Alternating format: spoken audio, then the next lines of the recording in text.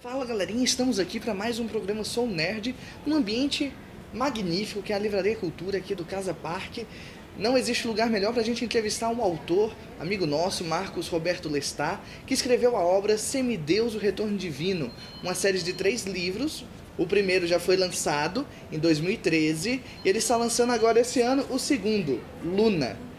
E é com o Marcos Roberto que nós vamos começar a conversar daqui a pouco, mas antes eu quero que você se inscreva no nosso canal, dê aquela curtida se você já achou a gente fotogênico, já dá uma comentada dizendo que eu tô por fora, mas, por favor, participe com a gente, dê a sua sugestão, faça suas perguntas pro Marcos aí nos comentários também. Tudo bom, Marcos? Tudo bem, Roberto. Do que se trata a sua obra Semideus, o Retorno Divino? É uma série de ficção baseada em mitologia, que abrange todos os panteões de todas as religiões, incluindo o folclore, de todas as partes do mundo, em que um grupo de jovens heróis se vê envolvidos em planos orquestrados pelos deuses que visam eliminar a nossa espécie, seja nessa dimensão ou em qualquer uma outra que exista. Então é um cenário pós-apocalíptico, tem catástrofes, esse tipo de coisa que a gente vê tanto na literatura hoje em dia? Nós temos algumas catástrofes, mas a história se baseia hoje em dia, O cenário é Brasília nos dias atuais e o nosso ambiente normal do dia a dia. Não, então é um livro bem diverso, com várias culturas, mas de onde veio a ideia de juntar todas essas culturas, todas essas mitologias em um único livro? Eu sempre costumei estudar muita mitologia, muita religião, então eu via que as outras histórias sempre puxavam a sardinha para um único nicho, por exemplo, ou é a mitologia grega, ou é a mitologia nórdica, e não passa disso. Então resolvi fazer uma coisa mais globalizada, englobar mais todo esse universo. Então a cultura brasileira também foi contemplada? Sim, nós temos semideuses que são descendentes de deuses brasileiros, como Tupã e outros. Você falou agora há pouco que seus personagens são jovens heróis, E de fato, os protagonistas, ao menos no primeiro livro, são grande parte deles jovens, Você pretende então alcançar a cultura jovem, incluir mais gente para ler o seu livro? Na verdade, isso não foi pensando nesse sentido. Foi o que acontece que os jovens da história eles têm um papel importante na trama. Não foi nada pensando em buscar um nicho ou outro, foi só o desenvolver da história mesmo. Dá para perceber, enquanto a gente lê o livro, que tanto a narrativa quanto os diálogos dos personagens, eles lembram bastante obras de cultura japonesa, como mangás e animes, Você então acha que fãs dessas vertentes vão se sentir em casa, por assim dizer, lendo o seu livro? Vão, com certeza. A dinâmica é muito parecida, Eu não fiz isso de propósito, mas como eu leio muito a cultura japonesa e como tem muito animes e outras histórias desse tipo, então influenciou bastante. Mas não foi nada proposital, não. Ainda falando sobre influências, então, quais são os livros que você pode elencar pra gente que foram suas principais influências para poder escrever suas obras? Nós temos o Livro de Ouro da Mitologia, do Thomas Bulfinch, temos o Gilgamesh, temos Mahabharata, a Bíblia e folclore em geral. Então é bem amplo mesmo, você não estava brincando, vai englobar tudo. Vai englobar tudo, com certeza. A pesquisa foi extensa. Inclusive figuras lendárias, mitológicas. Sim, com certeza. Nós temos mitologia inglesa, temos mitologia brasileira também, temos muitas influências. Vai ter zumbi também? Que hoje em dia todo mundo quer saber de zumbi na literatura, Não, zumbi não. O zumbi faz parte do folclore, mas o zumbi não é uma coisa mística, A gente sabe que zumbi é uma coisa mais científica do que sobrenatural, por assim dizer. Mas o folclore mesmo vai ser englobado. Nós temos vampiros, nós temos lobisomens e nós temos outras criaturas desse tipo. No seu livro também tem uma pitadinha de ficção científica no meio dele? Ah, tem sim, tem. Principalmente no segundo livro.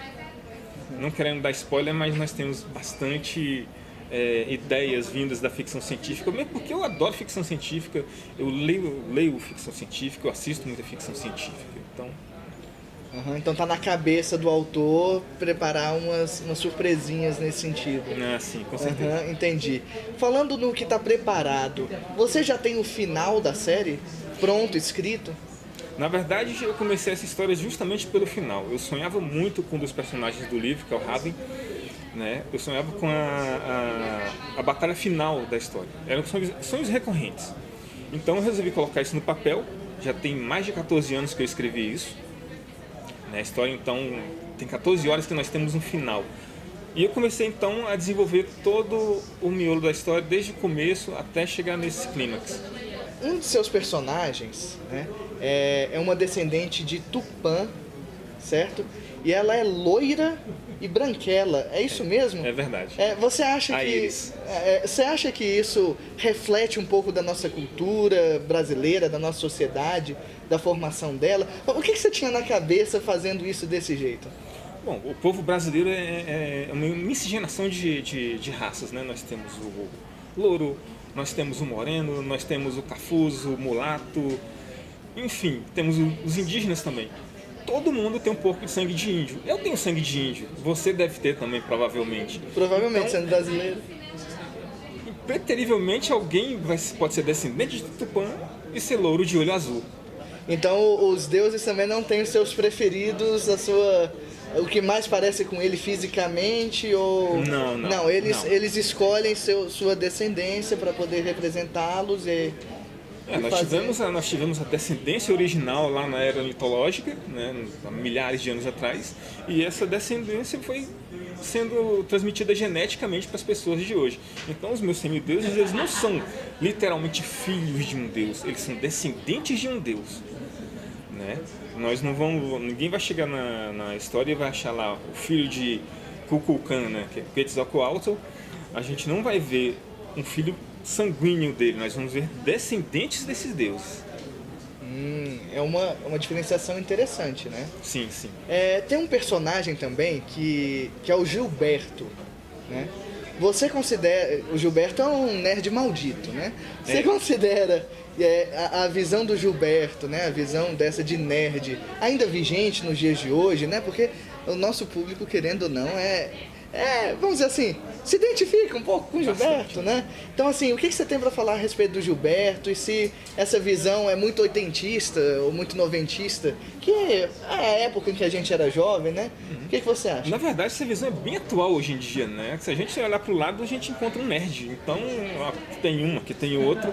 Então, isso é atual, né? A questão dos nerds é uma questão muito atual. Então, o Gilberto nada mais é do que aquele carinha que fica na biblioteca o dia inteiro estudando, querendo ser alguma coisa legal no futuro, né? Eu não diria que ele é tanto nerd, eu diria que ele é mais geek, porque ele faz as coisas, ele trabalha com informática, ele gosta dessas coisas, tem ideias de querer ser presidente do Brasil, mas isso é maluquice da cabeça dele. Né? Um pouco de fantasia na nossa cabeça, né? Como todo bom nerd, tem um pouquinho de loucura nas ideias dele, né? Mas ele é um cara legal. Se você fosse dizer pra gente qual que é o personagem mais interessante e carismático, o que você construiu com mais afinco no seu livro, você diria que é qual? Todos, pelo seguinte, cada personagem tem uma característica, então aquele pessoal que é mais bonzinho, que é mais do resolver as coisas na paz, vão se identificar muito com a Ione, que por acaso é a personagem mais poderosa do livro. Né? Todo mundo vai se identificar com ela, porque ela quer resolver tudo da melhor maneira possível.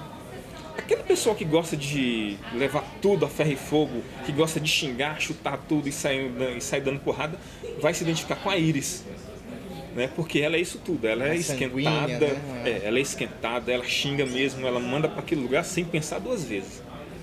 E se você encher muito o calo dela, ela te mata sem pestanejar. Então, ela não tá nem aí para essas coisas.